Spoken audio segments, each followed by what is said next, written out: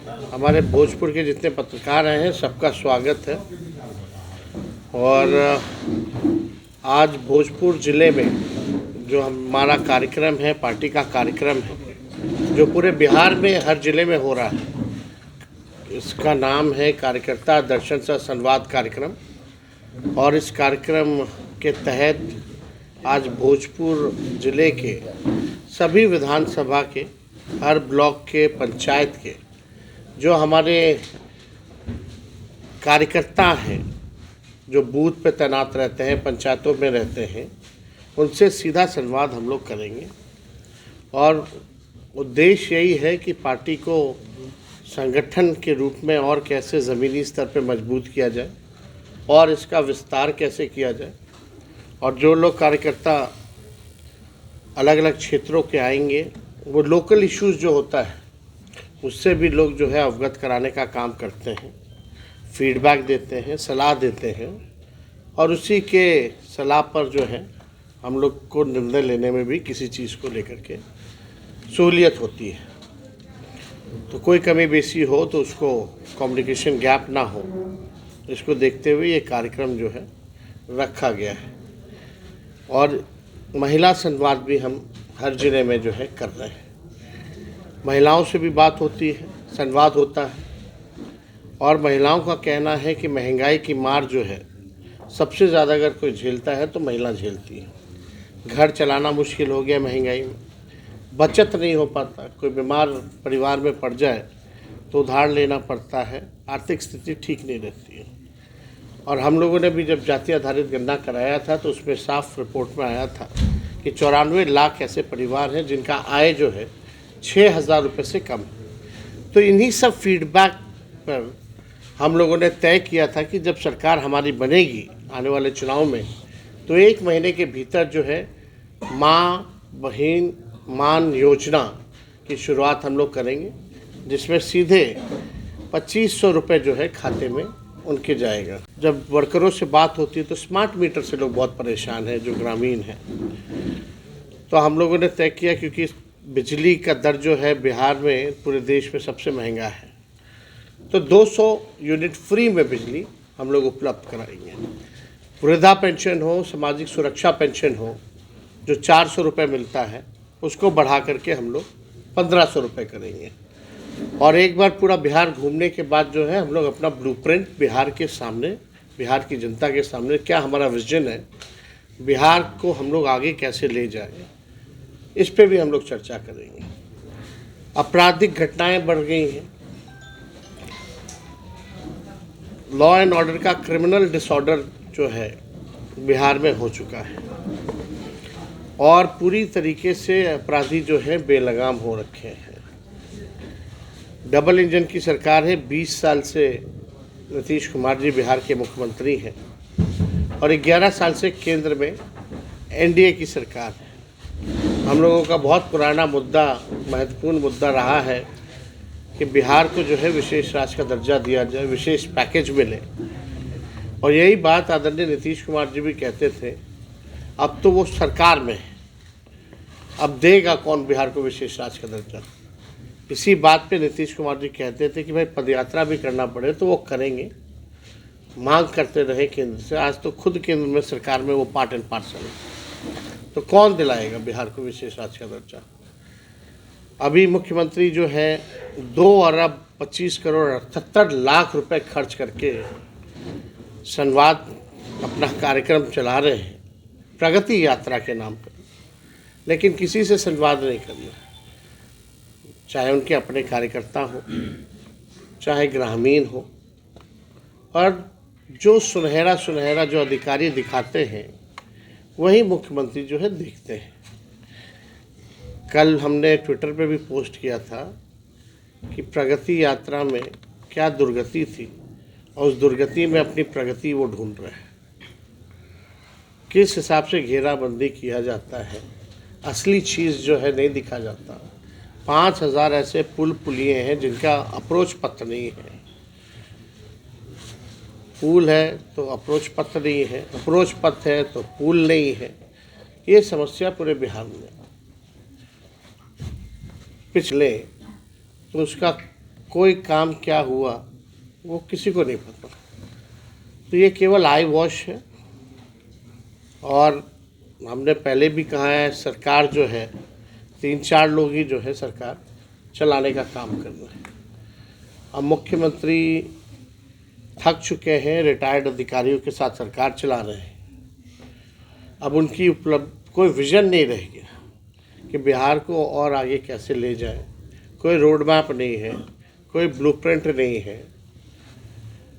और लगातार कई बार मुख्यमंत्री शर्मसार बयान जो दे देते हैं महिलाओं को लेकर के, उससे भी जो है बिहार का, हम लोगों का चेहरा जो है झुक जाता है देश के सामने, दुनिया के सामने। जिस तरह का मुख्यमंत्री का बयान आता है। हम लोग जब 17 महीने थे तो हम लोगों ने काम किया, 5 लाख नौकरियाँ, 3.5 लाख नौकरियाँ प्रक्रियाधीन कराई। कोई पेपर लीक नहीं होता था। लेकिन नीतीश जी, एनडीए की जब भी सरकार बनती है, चाहे मैट्रिक का परीक्षा हो, चाहे बीपीएससी का हो, पेपर लीक के बिना कोई परीक्षा नहीं हो पाती। उन 17 महीनों में नौजवानों के चेहरों पर खुशियाँ थी, उम्मीद था, हाथों में नियुक्ति पत्र मिलता था, गांधी मैदान में रोजगार मेला लगता था। आज वहीं जेपी गोलंबर पे जो है छात्रों की कुटाई की जाती है।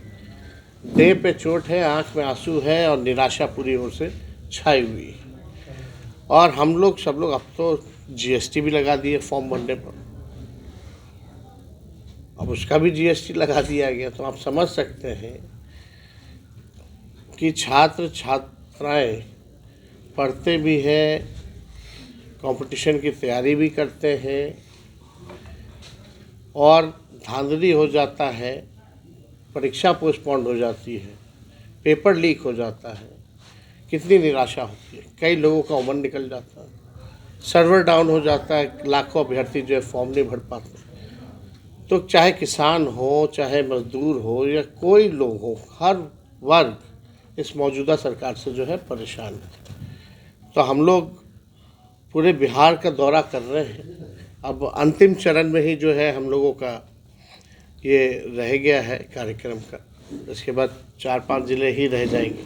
हमको लगता है कि नवादा, नालंदा, पटना, वैशाली, छपरा और सिवान जो है रह जाएगा। हमको लगता है कि फरवरी 1 वीक तक ये हम लोग जो है कंप्लीट कर लेंगे।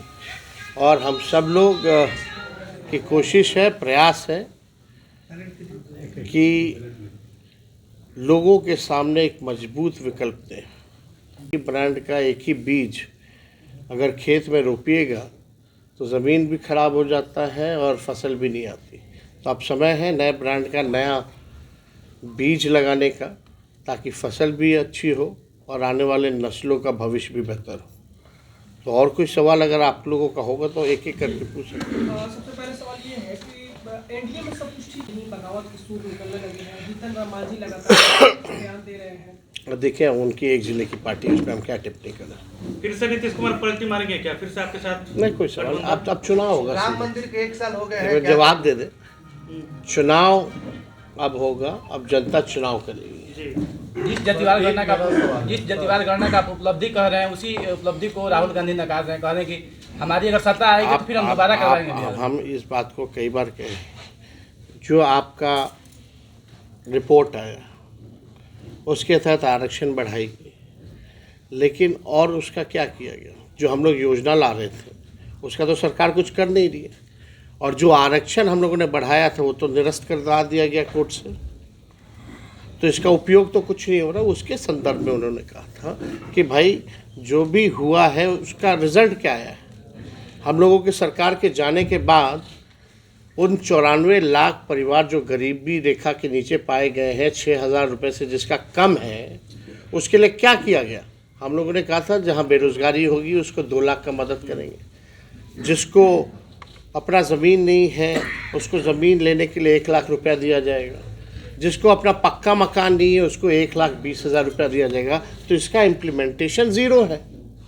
तो हम लोगों की सरकार बनेगी तो इसका इम्प्लीमेंटेशन जो है हम लोग जरूर जीविका दीदी, लेकिन आपकी एक सभा में 1,500 रुपए का मानदेय का बात नहीं 1500 देखिए मानदेय तो 20,000 नहीं वो सीएम वो बोली थी आपसे कि 20,000 रुपए आप आएंगे तो सुन लीजिए, उनकी समस्या है सीएम जो होती है जीविका जी दीदियों में, दिन भर जो है काम करती है, मेहनत करती है, लेकिन कुछ मिल नहीं पाता।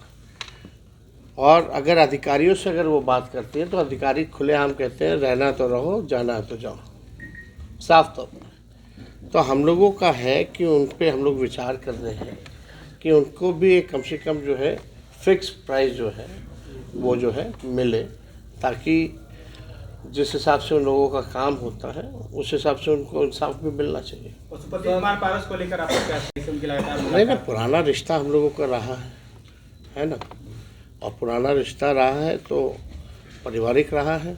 और आप जान रहे हैं कि दही चूड़ा में उन्होंने आमंत्रित किया था तो उसमें गए थे, तो क्या वो शामिल होंगे? उस समय पे हम लोग बताया जाएगा। आपने नीतीश पप्पू कुमार यादव को का पुराने सर- बीज कहा, लेकिन उनके प्रति लालू जी का रुख जो है वो नरम रहता है। कोई नरम गरम की बात नहीं है।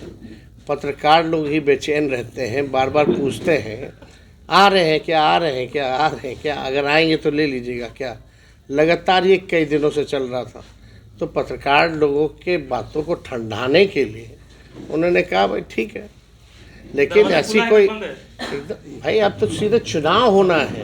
चुनाव के बाद भी तेजस्वी जी बिहार को अभी कौन चला रहा है? तेजस्वी जी बिहार को अभी कौन चला रहा है? नीतीश कुमार या उनके प्रशासनिक पदाधिकारी? आप तो जान ही रहे डीके पॉलिसी जो है सुपर सीएम है। कौन है डीके बॉस सर? हाँ, डीके बॉस कौन है? समय पे बताया जाएगा। बुझे वाला बुझा था, सोना के पीछा रहा। शराब कांड पर सर सरकार ने कहा है कि ये बहुत फंड से हुई है, जबकि वहाँ बेतिया शराब कांड पर सरकार की तरफ से बयान आया है कि आप देखिए सर, आप देखिए, कहीं भी शराब की घटना से अगर मौत होती है तो प्रशासन का पहला कोशिश यही रहता है कि उसको छुपाया जाए और कोई ना कोई अलग मुद्दा जो है लाने का काम करती है, तो आई वॉश करती है। लेकिन आप भी जानते हैं, हम लोग भी जानते हैं कि क्या सच्चाई है। कांग्रेस शासित राज्यों में जातिवाद करना क्यों नहीं रहा? कांग्रेस को शराब नेतृत्व पे करना शुरू चाहिए। किया जाएगा। अगर तेजस्वी की सरकार बनती है तो क्या बिहार में पुनः फिर से शराब खोला जाएगा? देखिए, इस पे हम लोगों ने अभी कोई निर्णय नहीं लिया है ना। ये विमर्श की ज़रूरत है। विमर्श करके जब कोई निर्णय लिया जाएगा तो आप लोगों को बताया जाएगा। एक अंतिम सवाल, झारखंड में जिस तरीके से हेमंत सोरेन की सरकार में माई बहन योजना का मिला था, क्या आपको लगता है कि उसको आपने रीड किया, उसका जो स्ट्राइक रेट नहीं, देखिए, आप तीन चार जगहों पर अलग अलग 3-4 राज्यों में ये योजनाएं जो है अलग अलग नामों से चलाई जाती हैं, चाहे झारखंड हो, बंगाल हो, मध्य प्रदेश हो, कर्नाटका हो। और वाकई में आज महंगाई चरम पर है। देश समझिए कि कितना हो गया डॉलर, $1 की 86 रुपये हो गई है। तो देश की हालत जो है, अर्थव्यवस्था बिगड़ता जा रहा है। महंगाई जो है चरम पर है। हर चीज़ जो है महंगा हो चुका है। गैस सिलेंडर 1200 रुपये हो गया। कई महिलाएं संवाद में कई सिलेंडर तो दे दिया गया, लेकिन गैस की कीमतें जो हैं हाई हो गई कि खाना बनाए कि नहीं बनाए ये सोचना पड़ता है। तो इस दौर में अगर उन लोगों को आर्थिक न्याय मिले तो उन लोगों के लिए लाभ होगा, बचत होगा। अपने मनपसंद का कुछ खरीद सकते हैं, ठंड में बच्चों का स्वेटर खरीद सकती है, अपने मन पसंदीदा चीज़ को जा कर के बाहर खा सकती है, कुछ बचत हो सकता है। तो क्यों नहीं, एकदम करना चाहिए। एक अंतिम सवाल सर, अभी विधानसभा हाँ, राजद कितने सीटों पर चुनाव? आइए नेगोशिएट करवा देंगे, प्रतिनिधि बन जाइएगा, 30 किलो में ज़्यादा से ज़्यादा सीट दिलवा दीजिएगा। आरा के लिए क्या कुछ ब्लूप्रिंट है सर? आरा के लिए क्या कुछ सोचा आपने? आरा में जब अगर आपकी सरकार बनती है तो आरा में क्या कुछ विकास का कार्य किया जाएगा? क्या कुछ सोचा है? जिस तरीके से पहले आपने मेडिकल कॉलेज देने का काम किया था, लालू यादव की ही देन है कि वो मेडिकल कॉलेज बन रहा है, तो आगे क्या कुछ और कुछ होना चाहिए? देखिए, यूनिवर्सिटी हो, मेडिकल कॉलेज हो, हर चीज़ तो मिल ही रहा। जो योजनाएं जो हैं उसका लाभ तो सभी लोग उठाएंगे, पूरे बिहार के लोग उठाएंगे, चाहे बिजली मुफ्त का हो, वृद्धा पेंशन का हो, या माई बहन मान योजना का हो। और भी विशेष परिस्थिति में यहाँ और बेहतर सुविधाएं हो, इस शहर जो है और बढ़े, इस ज़िला में किसानों की जो समस्याएं हैं उसका जो है समाधान होना चाहिए। प्रशांत किशोर तो ने जो भी ज़रूरत होगी उस चीज़ को हम लोग करेंगे। सर प्रशांत किशोर के सवाल कदौन जलाशय परियोजना है सर, कदौन जलाशय परियोजना बोले हैं सर, प्रशांत किशोर कदौन जलाशय परियोजना का सर अभी भी अरे राजनीति में भाई कितने लोग आते हैं कितने लोग जाते हैं, कोई गिनती थोड़ी है। बिहार का दूसरा विकल्प प्रशांत किशोर अपने आप को बता रहे हैं सर। अब बताने के लिए कोई भी कुछ भी बताए उसमें हम क्या टिप्पणी करें। किसानों के लिए सर कदौन जलाशय परियोजना का निर्माण हुआ था सर। हम लोग अपना प्रयास करें। किसानों के लिए कदौन जलाशय परियोजना का निर्माण होना था, निर्माण नहीं पाया। प्रशांत किशोर पे सर आपका एक देखिए हमको उन पर कोई टिप्पा टिप्पणी नहीं करना है ना। लोकतंत्र है, लोकतंत्र में सबका स्वागत है, सब लोग आजमाएं। जनता मालिक है, जनता जिसको चुनेगी वो सराखों पर हो। किसानों के लिए सर कदौन जलाशय परियोजना बनना था, अभी तक नहीं बन पाया है। अच्छा दिखवाया जाएगा, आवाज़ उठवाया जाएगा।